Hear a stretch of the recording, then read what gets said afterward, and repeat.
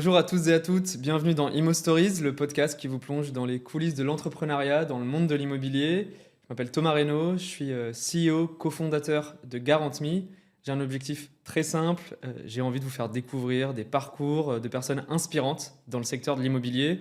C'est la raison pour laquelle j'ai créé Imo Stories en partenariat avec l'ESPI. Vous connaissez tous l'ESPI, c'est l'école supérieure des professions immobilières. Je tiens à les remercier aujourd'hui de nous soutenir dans le cadre de ce podcast.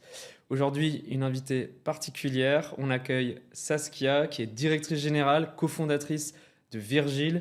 On va essayer de comprendre avec elle son parcours, ce qui la motive à créer Virgile, à faire avancer Virgile au quotidien. Bonjour Saskia. Salut Thomas, merci de me Merci de recevoir. venir. J'ai une question toute simple pour commencer. Donc aujourd'hui, tu es directrice générale de Virgile. Est-ce que tu peux nous expliquer en quoi ça consiste et qu'est-ce que fait Virgile? Ouais, Virgile, ça révolutionne l'accès à la propriété pour les jeunes actifs. Donc, on leur permet de devenir propriétaires en co-investissant à leur côté. Donc, on va compléter leur apport jusqu'à 150 000 euros. On va obtenir leur financement bancaire. On va les aider à acheter au bon prix. On va les accompagner dans leur démarche notariale. En fait, la totalité de leur parcours immobilier. On va être vraiment le cofinanceur et le copilote de leur parcours pour devenir propriétaire. Ok, alors tu vas nous expliquer un peu plus précisément le rôle de Virgile, le modèle économique. Aujourd'hui, tu es directrice générale. Ça veut dire quoi chez vous? Alors c'est marrant parce que c'est une question qui revient souvent et moi je dis ça veut dire gérer tout ce qui déborde. Il y a un peu ce sujet important chez nous d'empowerment des équipes. Donc on se dit au maximum, avec mon associé cofondateur et CEO Kevin, que notre rôle en fait c'est de prendre quelque part ce qui déborde de l'agenda des équipes. Et donc ça peut être assez large. Ça va de la gestion stratégique à long terme à du plus concret, beaucoup plus concret. Faire le pompier aussi parfois? Faire le pompier, faire le plombier aussi Ouais. parfois. Mais plus généralement, en ce moment, moi, je me focalise beaucoup sur des problématiques de recrutement, notamment, parce que c'est un sujet important pour nous en ce moment. Ok. Si on peut zoomer un peu sur cet aspect que tu évoques, parce que il y a peu finalement de créateurs d'entreprises, ce qu'on appelle start-upers, qui vont montrer l'envers du décor. Quand on crée sa boîte de zéro, c'est quoi le type de mission très concrète, très opérationnelle, qu'on n'imaginait pas faire et que finalement on se retrouve à faire au quotidien? Je dirais que c'est surtout en fait la multiplicité des sujets. On se retrouve beaucoup en tant que dirigeant à gérer un panel de choses ultra diverses, ce qui demande une sorte d'élasticité du cerveau. Donc ça va être d'être en représentation avec des gros partenaires corporate. Nous, on travaille avec des banquiers, des courtiers, des investisseurs, qui sont des institutionnels, des family office. Et puis, de l'autre côté, on va ensuite aller sur du très, très opérationnel du quotidien, parler de sujets avec des clients, d'avoir des dossiers de financement, de faire monter en compétence les équipes, s'occuper aussi que les équipes montent en compétence sur leur pôle. Donc, tu as un peu de tout. Et cette diversité, elle fait à la fois le sel de l'entrepreneuriat, sa richesse. De façon assez égoïste, moi je dirais que c'est ce qui me plaît beaucoup sur ce sujet-là, mais aussi sa complexité, puisque on est tout le temps un peu tiraillé dans plein de directions différentes. Oui. Ouais, personnellement, moi je me rends compte quand je rentre chez moi le soir, qu'on me demande alors t'as fait quoi aujourd'hui? Je suis incapable de répondre, donc tu as le sentiment d'avoir rien fait alors que tu as fait 1000 choses, simplement que c'était trop diversifié. Ouais, et puis généralement, tu n'arrives même plus à parler, en fait. Tu dis, ouais, c'était super. Avec cet enjeu donc de faire des choses très macro, très stratégiques, et 5 minutes après être capable de répondre à une question hyper micro pour faire une exception sur un dossier. Ouais, exactement. Donc, tu es à la fois stratège d'en haut et puis exécutant d'en bas, et il faut être très à l'aise avec les deux. Ok, est-ce qu'on peut revenir du coup très rapidement sur Virgile pour comprendre quel type d'entreprise vous êtes? Si tu peux nous donner 2-3 chiffres pour qu'on se projette?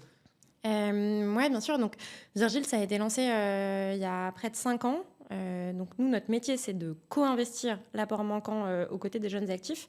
Donc concrètement, ça veut dire qu'on investit en moyenne 50 000 euros aux côtés de jeunes actifs qui deviennent propriétaires dans les grandes villes. Donc on est majoritairement à Paris, mais on est aussi à Lille, Lyon, Bordeaux, Marseille, et on va continuer de s'étendre.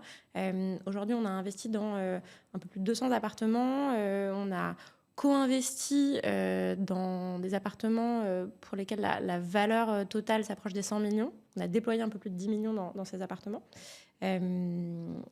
La moyenne d'âge des acquéreurs qui achètent avec nous est à 32-33 ans. On co-investit avec eux pour une durée maximum de 8 ans. D'accord.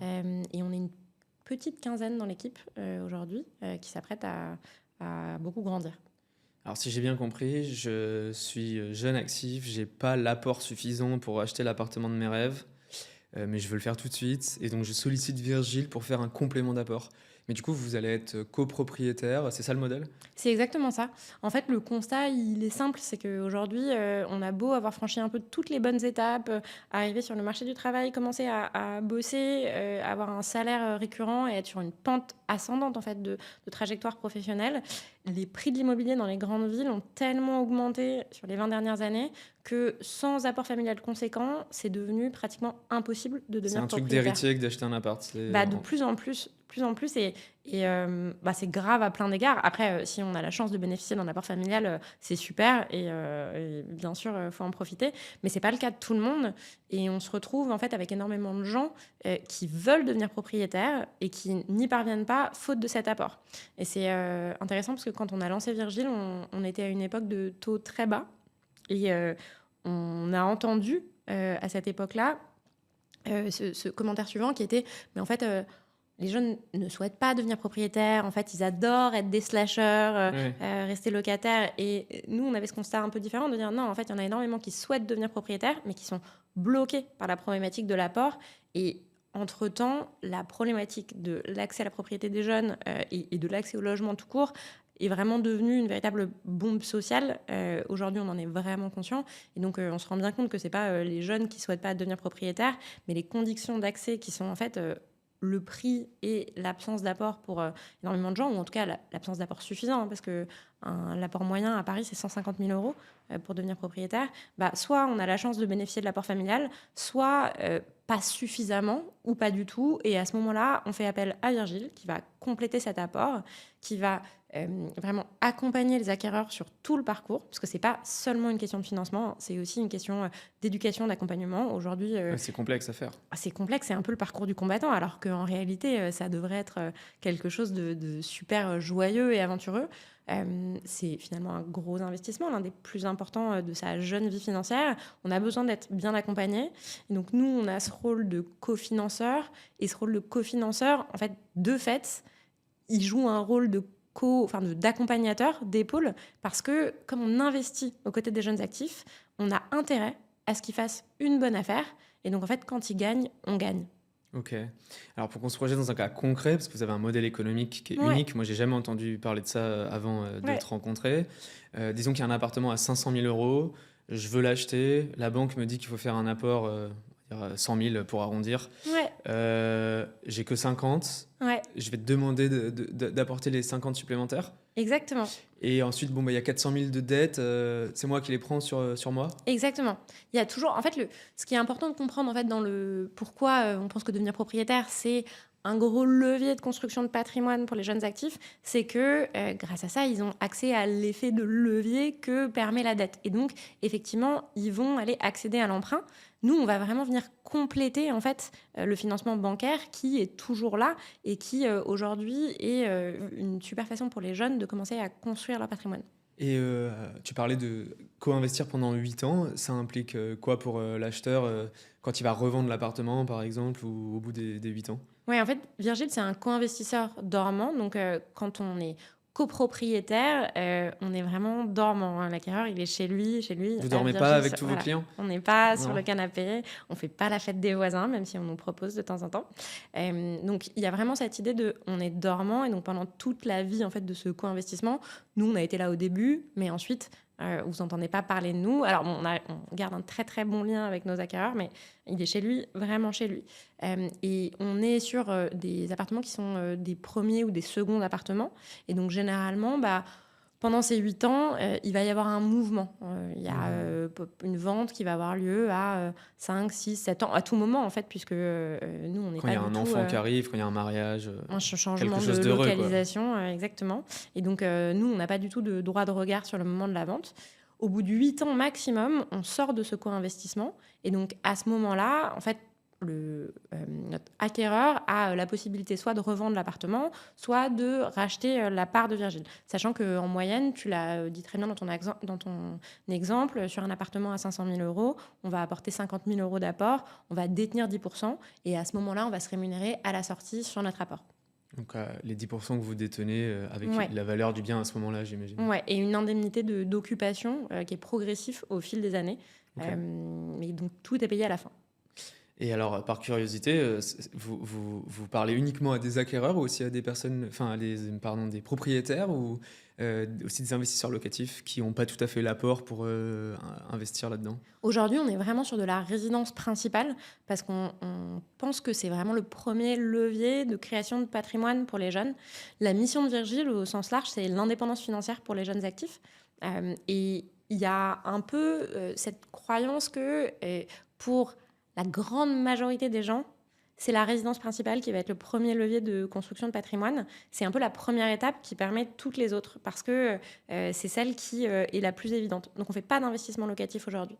Ok, hyper focalisé. Si on revient un peu plus sur toi, donc aujourd'hui tu es directrice générale, tu as cofondé la société. Comment tu es arrivée à ce poste-là? Comment t'es venue l'idée?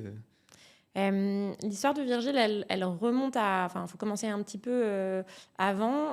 Donc, Vous avez 5 ans, tu as dit tout à l'heure. ouais, Oui. absolument. En fait, avant ça, moi, j'ai commencé ma carrière professionnelle dans les grands groupes, donc chez L'Oréal notamment. Et puis, très vite, je me suis rendu compte que c'était pas assez pratique pour moi et que je voyais pas l'impact de ce que je faisais au quotidien.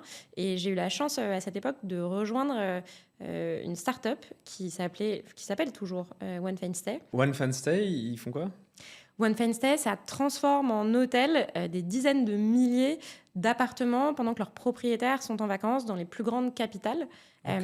Et donc, on l'a lancé en Europe. Donc, c'était en fait un peu à l'époque en parallèle d'Airbnb, sauf que One Fine Stay, c'était très, très opérationnel. C'est-à-dire que c'était vraiment des résidences principales de gens qui y habitaient.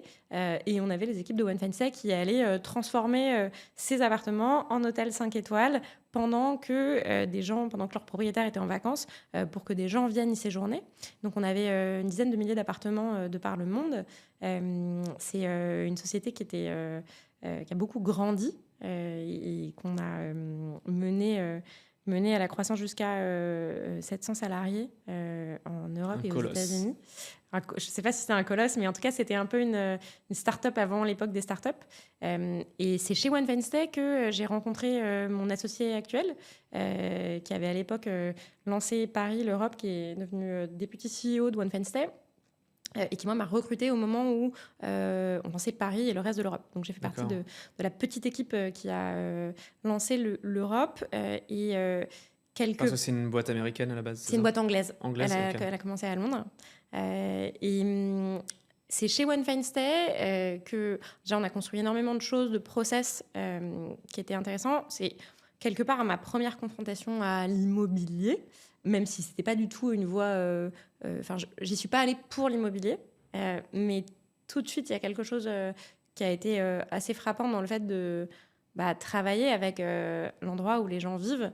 Je me rends pas compte pour les gens que tu reçois, que tu as reçus jusqu'ici dans le podcast, mais je pense qu'on partage peut-être tout cet aspect-là sur l'immobilier, c'est que en fait, il y a un côté extrêmement tangible. Tu es chez les gens, on le partage tous, tout le monde habite quelque part, et donc ce côté presque charnel en fait de l'immobilier était très fort.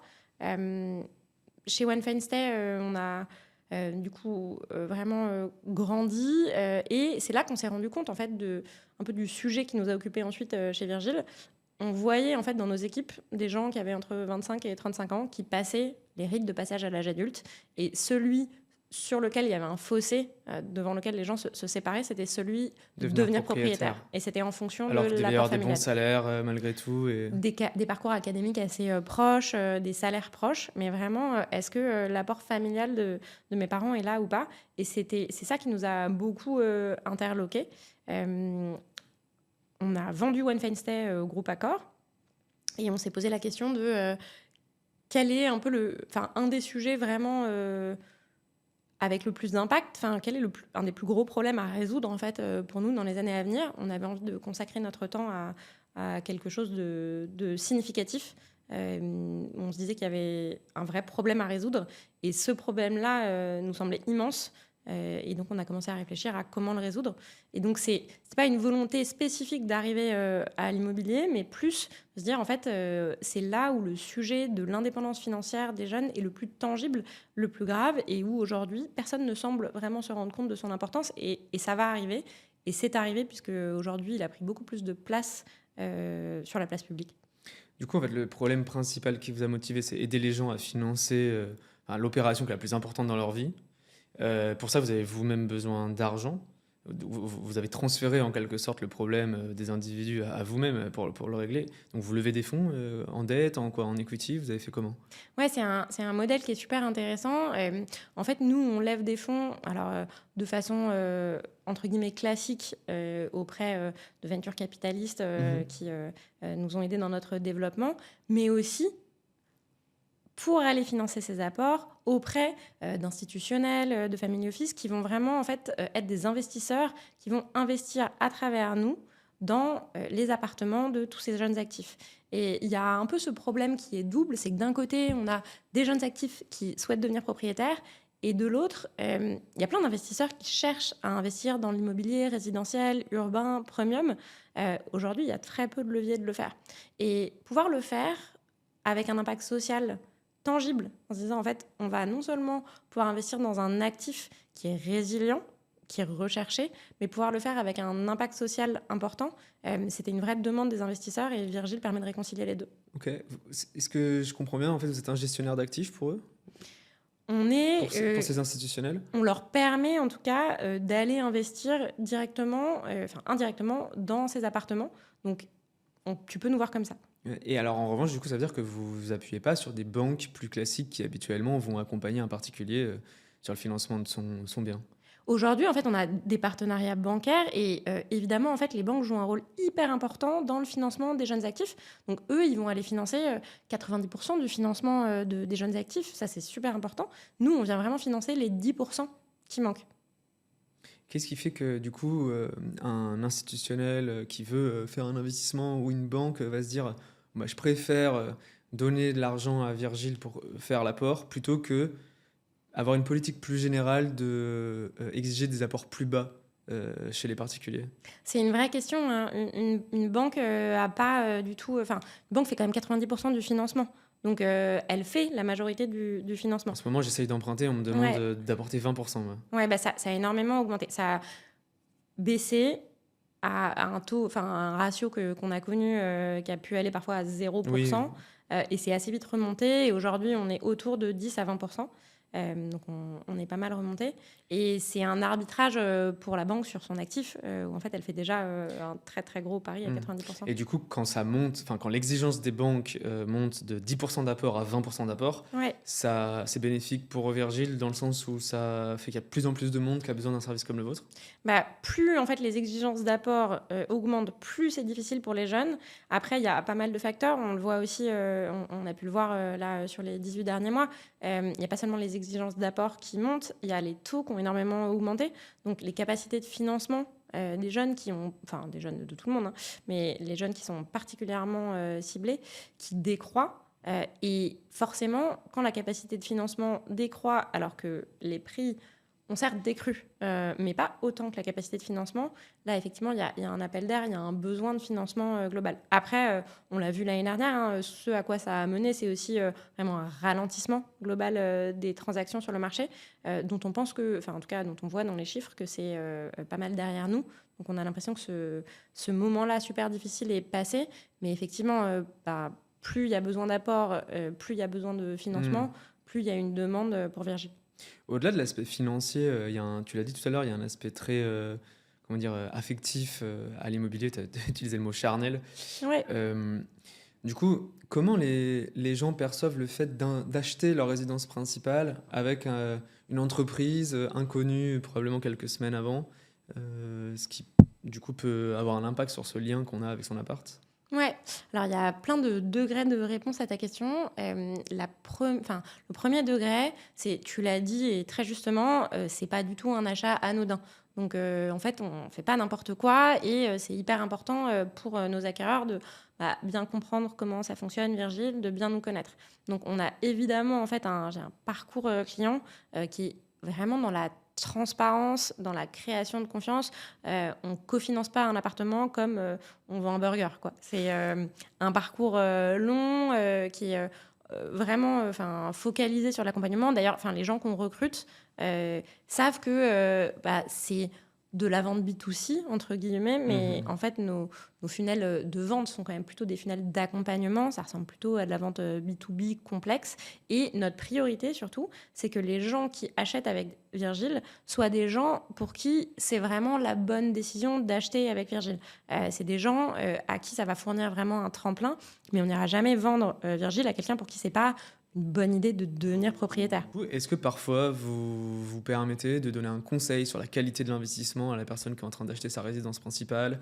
Par exemple, c'est trop cher, tu pourras pas le vendre, dans 5, 10, 15, 20 ans.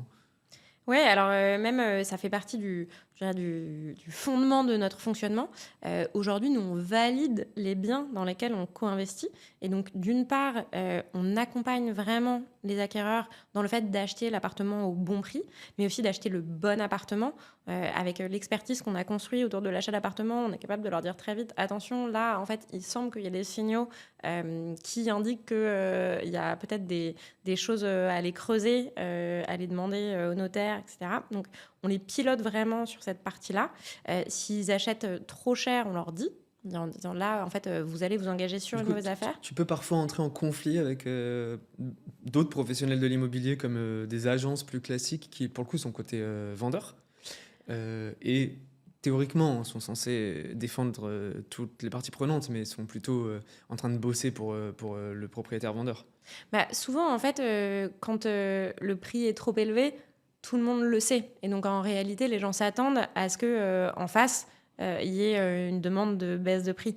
Et donc il y a, je pense quelque chose d'assez classique, dans ce jeu-là de dire: «Non, en fait, là, on sait que c'est surévalué» et donc nous, on fait le pricing avec, nos acquéreurs en disant: «En fait, c'est ça le bon prix et au-dessus, en fait, nous, on n'ira pas et on vous déconseille d'y aller même si vous aviez la possibilité d'aller acheter cet appartement». Ça, c'est un accompagnement qui est ultra apprécié par nos acquéreurs. Il y a vraiment en fait une demande super forte parce qu'on est les seuls à avoir vraiment quelque part du skin in the game comme on est Mmh. co-investisseur à leur côté et leur dire vraiment en fait là cet appartement vous allez l'acheter trop cher. Donc il y a cette partie-là, il y a aussi je dirais un accompagnement plus global très tôt en fait dans le parcours. Nous, on a un rôle quelque part de conseil et d'accompagnement. Donc, quelqu'un qui nous dit, voilà, je voudrais acheter ma résidence principale dans 2 ans, je pense que je vais déménager dans cet endroit ou dans cet endroit. On nous dit souvent, c'est pas forcément une super idée de devenir propriétaire maintenant. Concrètement, on pense qu'il faut à peu près 2 ans pour que devenir propriétaire, ce soit rentable. Donc, on a un vrai rôle de conseil et d'accompagnement. Et donc, la confiance, elle se crée et elle se crée en quelque part étant assez transparent avec nos acquéreurs. Puis, elle se crée aussi à plus long terme. Au-delà de Virgile, on a un média qui s'appelle Spoon, qui est sur OK. l'éducation financière. On a un peu plus de 65 000 abonnés qui nous lisent 2 fois par mois. Et dans Spoon, C'est quoi Spoon? C'est une newsletter? c'est une newsletter. OK. Et c'est une newsletter qui traite de l'indépendance financière des jeunes au sens large.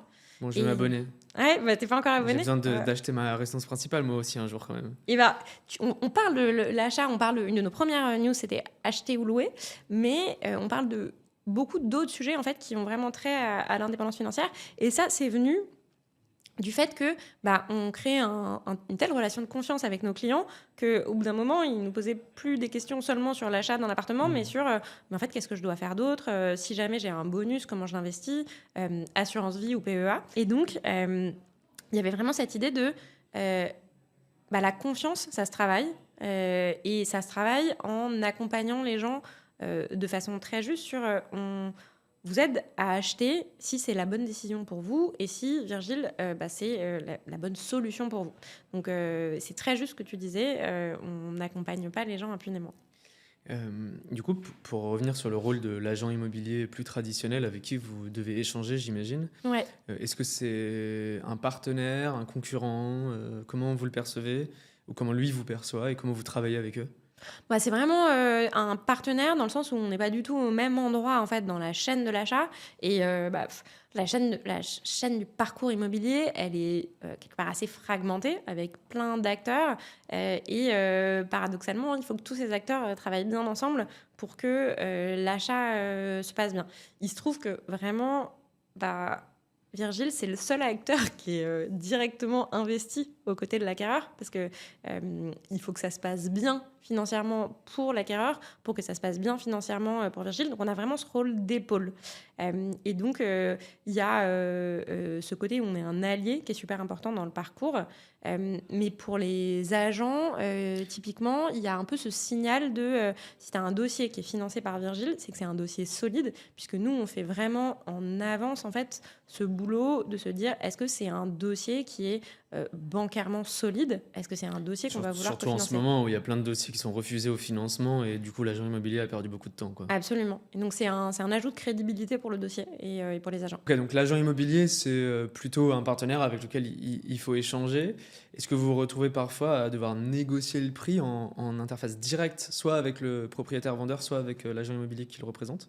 On est plutôt dans une voie de empowerment de nos acquéreurs. Et donc vraiment, en fait, on leur donne tous les outils, mais qui sont disponibles, qui sont aujourd'hui, si on regarde, rien que la base meilleurs agents, elle est ultra fiable en termes de prix. Nous, on affine encore beaucoup avec des logiciels internes, mais rien qu'avec ça, en fait, il y a une base très forte pour pouvoir aller négocier. On fait un peu toute la due dite de l'appartement, ce qui ajoute une couche, mais on donne ces outils-là Pour donner les à bons l'acquéreur. arguments à l'acquéreur pour pouvoir négocier son prix. Absolument. Mais on le laisse mettre à bord. Et ça, c'est aussi super important.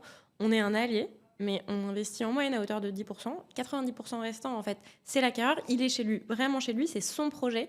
Et on est là pour lui donner des conseils, pour pouvoir l'appuyer. Mais ça reste son projet. Nous, on est dormant. Donc, c'est lui, en fait, quelque part, qui va vraiment piloter son projet.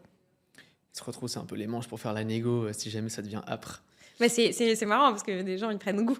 Ouais, j'ai déjà fait ça, c'est marrant. Tu parlais tout à l'heure de vos équipes qui ont un métier qui est complexe parce que c'est une vente B2C, mais en même temps un process très long, donc avec beaucoup d'aspects B2B. Comment vous trouvez des profils qui ont les épaules assez larges? Comment vous recrutez aujourd'hui? C'est qui ces gens? Nous, ce qu'on aime recruter, des profils qui s'épanouissent très bien chez nous, c'est des profils qu'on appelle assez plastiques, dans le sens super polyvalent. En fait, on réinvente quelque part une partie d'un métier qui n'existait pas. Le co-investissement immobilier, ça n'existait pas auparavant. Et donc, on a dû construire plein de briques. Et forcément, comme on construit au fur et à mesure, on a besoin de gens dont peut-être la première qualité, c'est l'intégrité. Ça, c'est super important. C'est ce qu'on cherche chez nos équipes.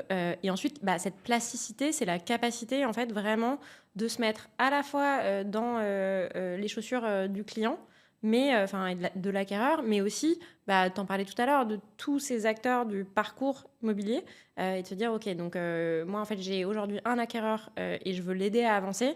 Pour ça, je vais interagir avec plein de partenaires sur le parcours, que ce soit la banque, que ce soit les notaires. Et donc, je dois être Ils capable ont de tous me des mettre... cultures différentes. ouais. Et L'agent immobilier, le notaire et le banquier n'ont pas du tout le même vocabulaire ou la même culture, quoi. Ouais, de mode de fonctionnement aussi. Et puis, je dois me comporter à la fois en... je vais obtenir le meilleur financement bancaire, donc je vais vraiment aller défendre à mort le profil de mon client, en même temps de mon acquéreur. En même temps, je vais surtout lui éviter de faire un mauvais investissement, donc je vais devoir lui dire s'il est en train d'acheter trop cher. Et donc, il faut une plasticité d'esprit assez forte. Donc, on recrute des gens qui sont polyvalents. Je dirais que leur grand point commun, c'est vraiment la sensibilité à la mission. On n'a pas forcément des gens qui sont issus de métiers de l'immobilier ou fanats d'immobilier. C'est des gens qui sont ultra sensibles à la mission de rétablir l'équité pour cette génération de jeunes actifs à travers le levier financier et à travers du coup le plus gros levier pour nous sur ce levier Parce que financier. du coup, tu as dit que vous étiez 15. Ouais. Quel type de métier il peut y avoir sur les 15 postes? Alors, tu vas avoir à la fois l'équipe qui accompagne vraiment les acquéreurs sur tout leur parcours, donc notre équipe de spécialistes, qui recrute beaucoup en ce moment. Donc, je vous encourage à postuler. C'est une équipe incroyable. Enfin, bon, elles sont toutes incroyables, donc une fois que j'ai dit ça, c'est compliqué. Il y a donc l'équipe de spécialistes, elle va vraiment prendre les acquéreurs à partir du moment où ils sont en train de se poser la question de leur projet, jusqu'au moment où ils ont trouvé l'appartement de leur rêve. Ensuite, il y a l'équipe Customer Operations, qui est en fait l'équipe qui va amener en fait nos acquéreurs de ce stade-là au stade où ils ont les clés de leur appartement, qui est super polyvalente, qui interagit avec les banques, les notaires et énormément d'autres choses, qui va avoir un côté chef d'orchestre. Eux, ils arrivent après la promesse de vente, c'est ça? Un peu plus tôt. Un peu plus tôt même, ok. Et ils ont un vrai rôle de chef d'orchestre. Et puis, ils sont en permanence en contact avec nos acquéreurs. On a une équipe investissement. On a une équipe marketing. On a une équipe gestion de portefeuille. Enfin, voilà. Donc, toutes ces équipes recrutent. Donc, n'hésitez pas. Et alors là, ça fait 5 ans, j'imagine qu'il y en a qui sont depuis un moment chez Virgile. C'est quoi les parcours, les évolutions qu'on voit chez vous? C'est une super question parce que ça me permet de mettre en valeur quelque chose qu'on fait chez nous. On recrute souvent des gens sur un rôle qu'on appelle graduate. Graduate, ça veut dire globalement jeune diplômé brillant qui a envie en fait d'y aller et de se dire je vais changer les choses, mais qui ne sait pas encore exactement comment. Et nous, on fait venir les graduates chez nous sur les priorités du business au moment où ils arrivent, avec l'idée que une fois qu'ils auront vraiment cartonné dans ce qu'ils font, ils auront la possibilité d'aller explorer d'autres parties de Virgile. Et donc, en ce moment, on recrute des graduates, notamment sur la partie justement accompagnement client. Et il y a beaucoup de graduates chez nous qui sont entrés par des voies diverses et variées et qui aujourd'hui soit ont pris des rôles de manager d'équipe, soit après des parcours plutôt accompagnement client, sont passés côté marketing, ont développé des nouveaux produits, ont développé de la monétisation, de la génération de chiffre d'affaires par d'autres biais. On a quelqu'un qui est passé tant par l'accompagnement client que par la communication, que par le pilotage de notre média, qui aujourd'hui est pilote d'une de nos équipes. Donc il y a vraiment des parcours hyper intéressants qui sont issus du graduate. Et nous, on privilégie le fait d'avoir des gens qui sont super bons et qui ont très envie de s'impliquer au fait de remplir des chaises. Et c'est quelque chose qu'on a beaucoup fait aussi chez nous, chez Garant.me, recruter les gens très tôt à la sortie des études, Ouais. parfois via le stage de fin d'études, Ouais. qui est un bon test à la fois du côté de la personne qui nous rejoint et pour nous aussi.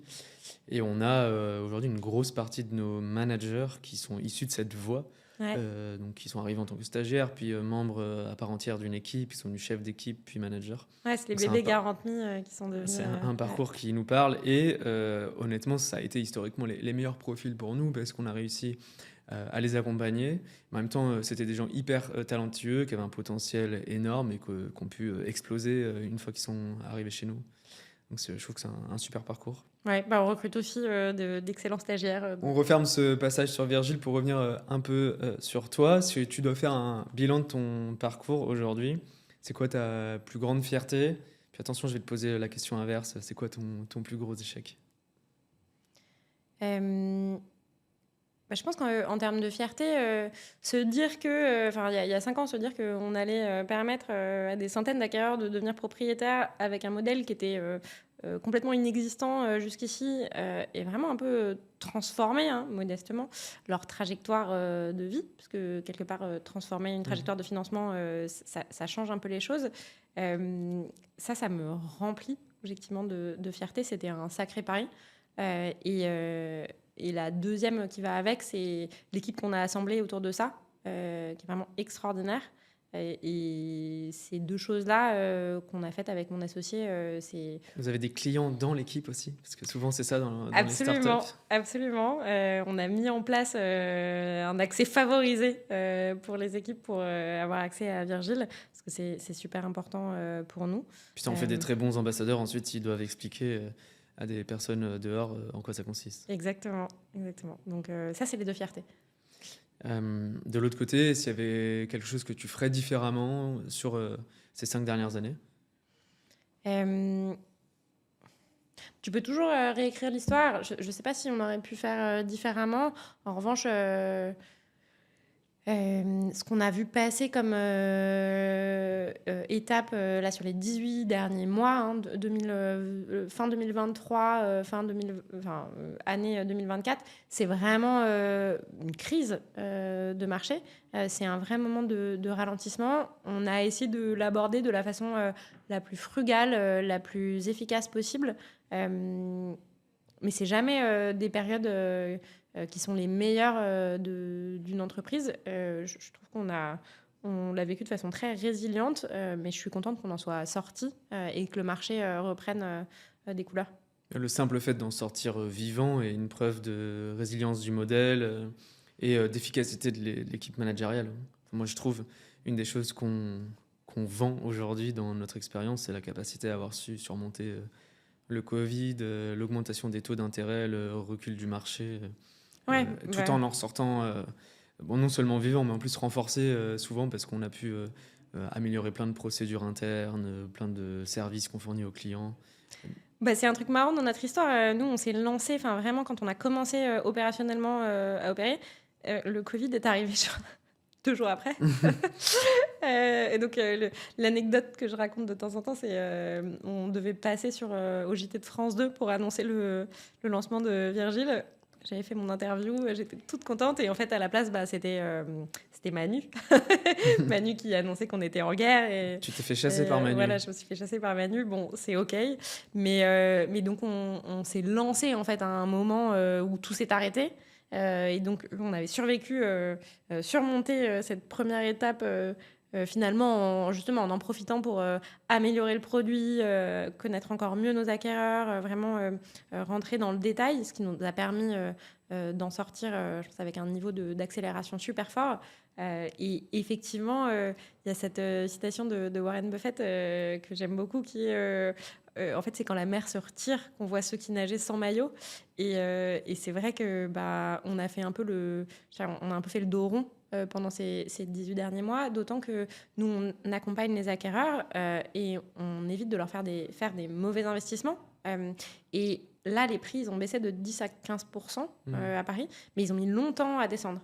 Et donc, il y a tout un moment où, en fait, il y avait des gens qui voulaient devenir propriétaires, mais des prix qui étaient beaucoup trop hauts. Et en fait, il fallait simplement dire, là, ça va descendre, c'est pas le moment d'y aller. Et donc, un peu retenir les chevaux avant de les lâcher. Et donc, on est content que cette époque soit derrière nous. Justement, puisque tu parles du contexte de marché, est-ce que tu as un avis sur le contexte plus récent, là, actuel, et quelles sont les perspectives que tu imagines pour l'année 2025? Je précise qu'on enregistre en février, parce qu'on va publier un peu plus tard. Ouais.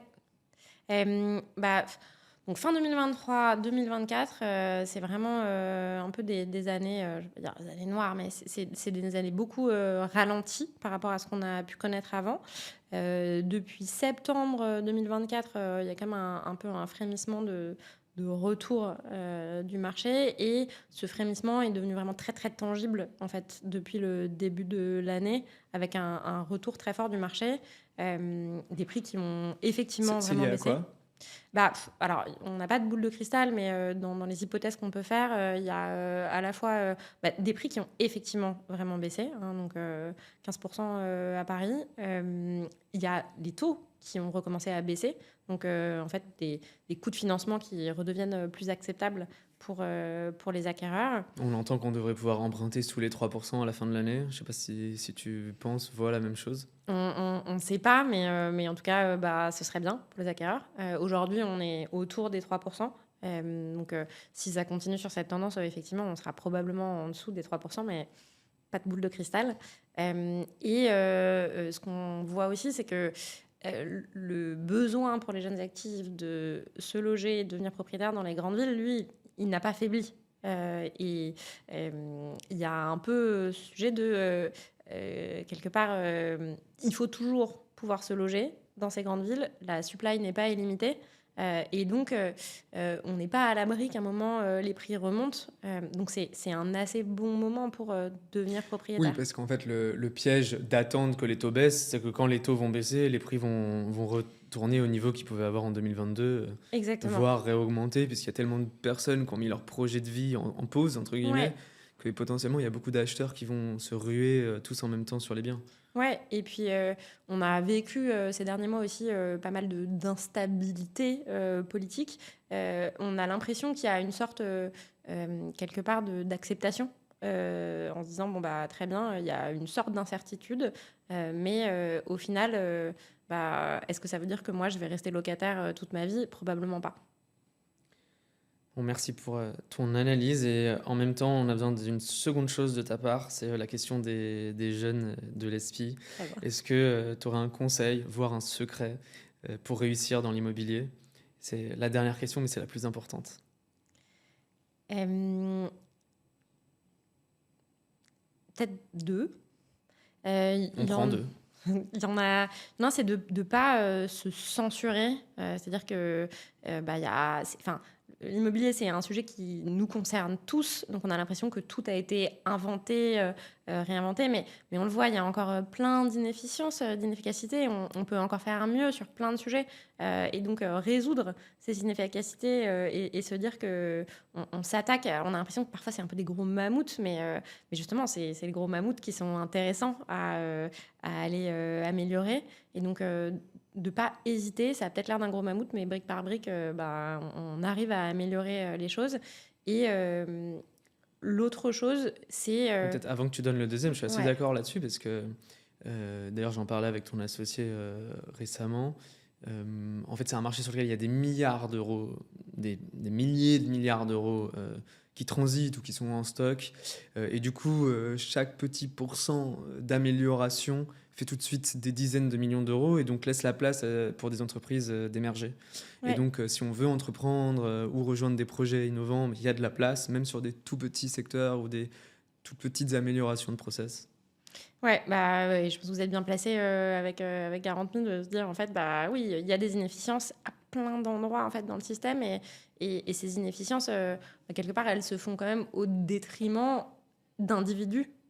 Et comment, en fait, on va aider ces individus à avoir une expérience plus agréable. Parce que c'est de ça qu'il s'agit. Et ça me fait une transition parfaite pour le deuxième conseil. C'est que on parle de flux, on parle de marché, on parle d'immobilier, mais au fond, qu'est-ce qui se joue? Ce qui se joue, c'est des individus, parce que c'est l'expérience première de ces individus-là qui est importante. Et donc, ce serait de toujours se positionner du point de vue de mais quelle est en fait l'inefficacité aujourd'hui, l'inefficience pour les individus et quelle serait l'expérience souhaitée. Parce que je pense qu'à trop traiter en fait ces sujets d'un point de vue ultra numérique et ultra financier, on oublie qu'au final, bah, en face, c'est des jeunes actifs qui veulent juste se loger. Enfin, je parle pour ma paroisse, mais en réalité, c'est quand même souvent ça le sujet. C'est des jeunes actifs qui veulent devenir propriétaires, qui veulent se loger. Ok, bon, bah, comment on améliore, en fait, comment on rend possible ça et de toujours se remettre, en fait, dans les chaussures de ceux qui ont un problème et comment les aider à le résoudre en n'ayant pas juste le nez sur les chiffres. Et on ne pas oublier que c'est quelque chose de très très concret, l'immobilier. Absolument. On arrive à la fin de l'épisode. Merci d'avoir Merci. partagé tes idées, tes conseils, ton parcours. Moi, j'ai trouvé ça très intéressant. J'espère que vous avez autant apprécié que moi cette discussion avec Saskia. Comme je disais, on arrive à la fin de l'épisode. J'en profite pour remercier l'ESPI, notre partenaire pour ce podcast Imo Stories. Si vous appréciez Imo Stories, je vous invite à nous suivre sur les réseaux sociaux. Vous pouvez aussi trouver le podcast sur toutes les plateformes de podcast classiques et sur notre site internet garantme.fr, section podcast. Je vous retrouve bientôt pour un nouvel épisode.